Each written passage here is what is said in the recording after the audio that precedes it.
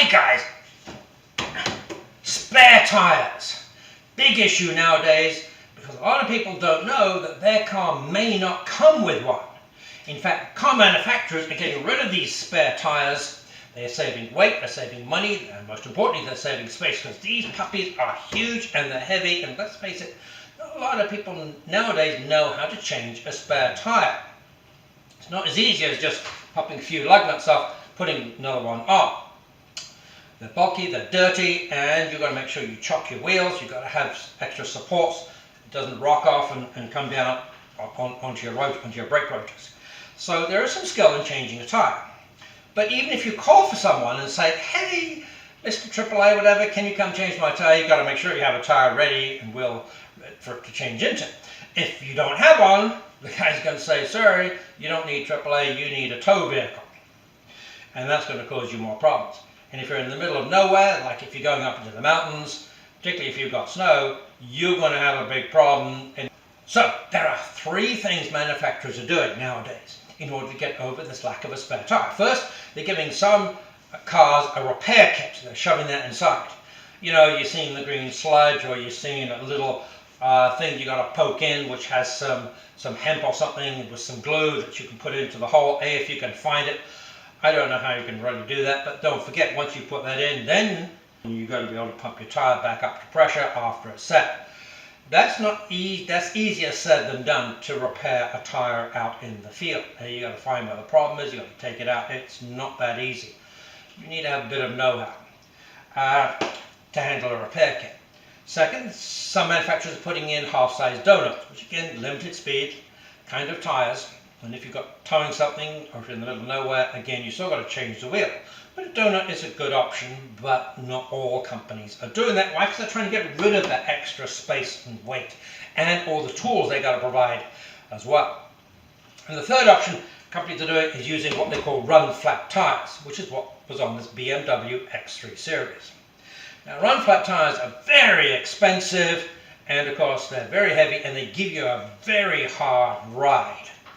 So I had tire insurance when I got this X3, a certified car, pre-owned, and I had 3 failures of a run flat tire in the first year. When that tire insurance finally ran out, and by the way, they will not repair a run flat tire, even if your nail goes right through the tread. They refuse to do it. They say, nope, you're going to have a new tire or nothing at all. So I had to have 3 new tires, even for stuff that went right through the tread.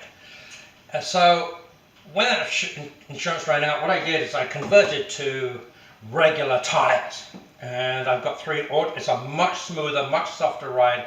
I'll tell you that right now. And the tires themselves are a lot cheaper. Yes, I had to buy 4 of them. It's a one-time cost. But what do you do if you get a puncture? That's the name of this video. What do you do if you get a puncture? Well, I got a 5th wheel and tire, and I'm using that as a spare. But where do you keep it? These puppies are big and they are huge and heavy. You can get a roof rack and a box storage and put it on there, but sooner or later you're going to go right into your garage, or it's going to get stolen. It's going to take half your garage door away with you because it's too tall to get in most garages. As I said, plus there's also that theft. Or you can have get a trailer hitch put on the back, which again is very expensive. And you can get some of those spare tire mounts to go in your trailer hitch. Now, 9 times out of 10, it's probably going to cover up your license plate number, and that may well get you a ticket. The third option, of course, if you're going to ignore the repair kit route, is to put it inside the car. Now, I came up with a fairly creative solution. I'm not saying it's the only solution, but for me, having that spare tire, especially if I'm going outside of the city limits, I'm going to the mountains, going whatever I need to do, I really want to have the peace of mind of knowing I've got a spare tire. And of course, I have to get the extra tools, etc., and carry those with me to make sure that I can change it properly. And of course, you've got to have the know-how to change it.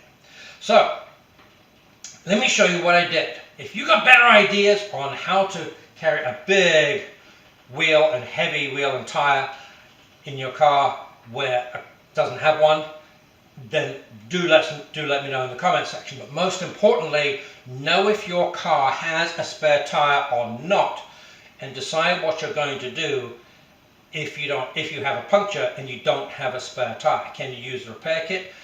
Are you just going to call AAA or someone like that? What are you going to do, and what are you going to do if you're going to go long distance where you don't have that emergency service coverage? The key is to be prepared, especially if you're going to go long distance and outside of the usual service area for emergency help. Now remember, a lot of cars that don't have spare wheels may not have a proper car jacking point that can withstand the strain. So go talk to your mechanic and see if there is a good place in order to put a car jack. But whatever kit you have, and wherever you happen to store your spare tire, whether it just be flat on the back or whether it be on the side, if I'm going to take luggage for camping or what have you, make sure you carry a good set of spares. You need to have spare wheel chocks, at least 2 pairs, lug nut tool in order to get those lug nuts off. Not much good in having all this kit if you can't get the lug nuts off and put them back on. Car jack lift and a car jack stand. Now make sure you get your rubber protectors for those car jacks and stands to stop doing damage to your car.